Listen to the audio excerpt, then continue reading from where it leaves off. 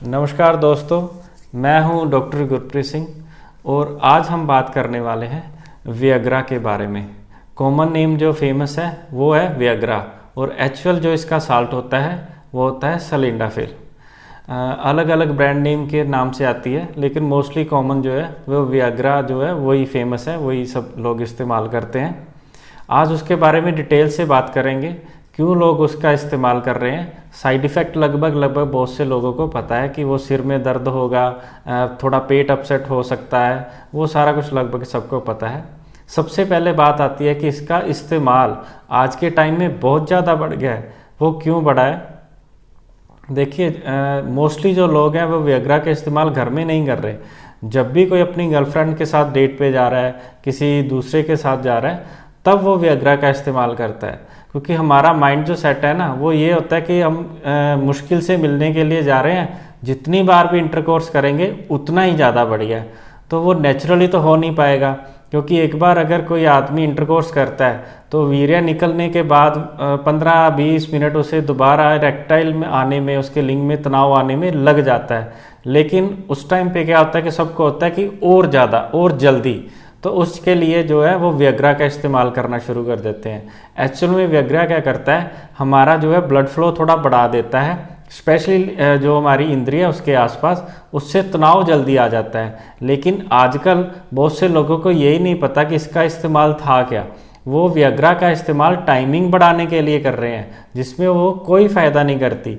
वियग्रा आपका timing increase नहीं करती। वियग्रा केवल इरेक्टाइल डेफिशिएंसी को ठीक करती है, यानी कि आपके लिंग में तनाव नहीं आ रहा है। वो कई कारणों से हो सकता है, आप बहुत ज़्यादा स्ट्रेस में हो तब भी ऐसा हो सकता है, आपकी एज जो है 50-60 साल से ज़्यादा हो रही है तब तो नेचुरली ऐसा होगा, या फिर आप डायबिटिक हो, यानी कि आपको शुगर है काफ़ी लंबे टाइम से और एज 40+ हो गई है ना, तब भी जो है इरेक्टाइल डेफिशिएंसी की दिक्कत आती है।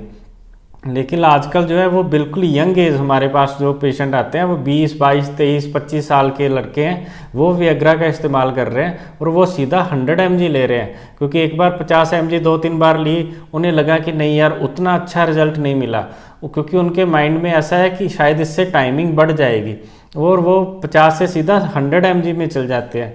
लेकिन जो हमारी इसकी स्टार्टिंग डोज है वो 25 mg है।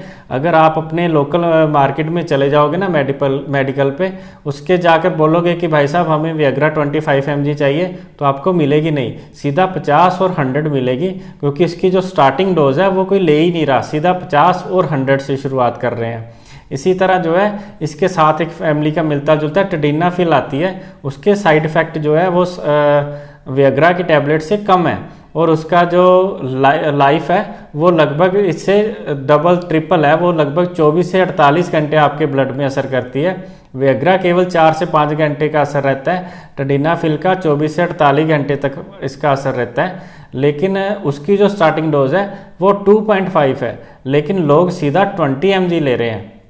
देखिए, ये मेडिसिन इरेक्टाइल डेफिशिएंसी के लिए बनी है, यानी कि अगर लिंग में तनाव नहीं आ रहा है तब इसका इस्तेमाल करना है। इसका इस्तेमाल जो है वो टाइमिंग बढ़ाने के लिए बिल्कुल नहीं करना चाहिए। और दूसरी बात कि लोगों को ये गलत फहमी है कि अगर हम डेट पे जा रहे हैं, ज़्यादा बार इंटरकोर्स करेंगे तभी वो हमारा पार्टनर जो है वो खुश हो सकेगा। उस चक्कर में जो है वियग्रा की डोज बढ़ाते रहते हैं और उससे क्या होता है, उसका सबसे बड़ा जो साइड इफ़ेक्ट ये आता है कि जब आप वियग्रा का इस्तेमाल नहीं करोगे तो खुद को आपको कॉन्फिडेंस नहीं आएगा। आपको लगेगा कि नहीं, मैंने आज वियग्रा नहीं खाई इसीलिए मैं अच्छे से परफॉर्म नहीं कर पाया। तो उस चक्कर में आपको डेली जो है, जब भी आप जाओगे, हफ्ते में 1 बार 2 बार, महीने में 1-2 बार, तो आपका वियग्रा खानी पड़ेगी। बिना वियग्रा के आप खुद संतुष्ट नहीं हो पाओगे, आपका माइंड सेटिस्फाई नहीं हो पाएगा।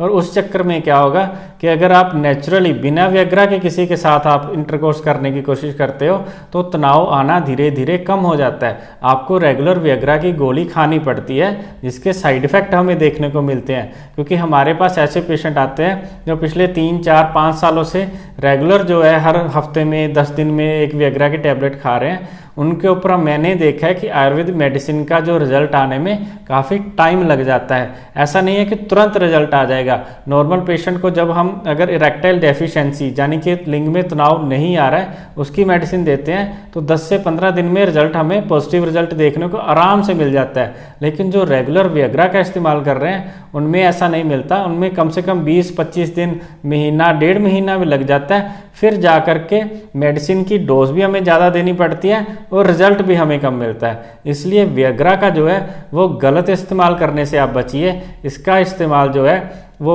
आपको, जैसे मैंने पेशेंट बताए जिनमें इरेक्टाइल डेफिशिएंसी की दिक्कत आ रही है, लिंग में तनाव की दिक्कत आ रही है, उनके लिए ये मेडिसिन है। और इसकी डोज सीधा जो है वो 50 या 100 mg नहीं लेनी है। इसकी डोज जो है वो 25 mg से शुरू करनी है, फिर वो भी डॉक्टर की देख रेख में। ऐसा नहीं है कि मेडिकल से आराम से मिल जाती है तो हमने सीधा ली और खाना शुरू कर दिया।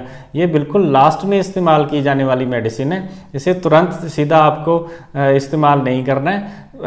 इंटरकोर्स के बारे में, सेक्स के बारे में कहा जाता है कि सबसे ज़्यादा जो इम्पोर्टेंट रोल है वो हमारे ब्रेन का होता है, हमारे दिमाग का होता है। जितनी भी आदमियों को सेक्स से संबंधित दिक्कतें हैं वो फिजिकली कम और मेंटली ज़्यादा होती हैं। अगर आपको भी ऐसा लगता है कि आपका वियग्रा खाए बिना आप किसी के पास नहीं जा पाओगे तो ये आपकी सिर्फ गलतफहमी है। किसी अच्छे डॉक्टर से मिलिए और सही मेडिसिन लीजिए। और वियग्रा का जो ओवरडोज आप ले रहे हो उसके हम कुछ दिन पहले न्यूज़ में भी आया था, किसी भाई साहब ने वियग्रा की ज़्यादा डोज ले ली और उन्हें हॉस्पिटल में एडमिट करवाना पड़ा। आप ऐसी गलती मत कीजिए, रिकमेंडेड जो डोज है वही लीजिए और वो भी डॉक्टर से पूछ के लीजिए। ऐसी ही और इन्फॉर्मेशन वाली वीडियो देखने के लिए हमारे चैनल को सब्सक्राइब कीजिए। धन्यवाद।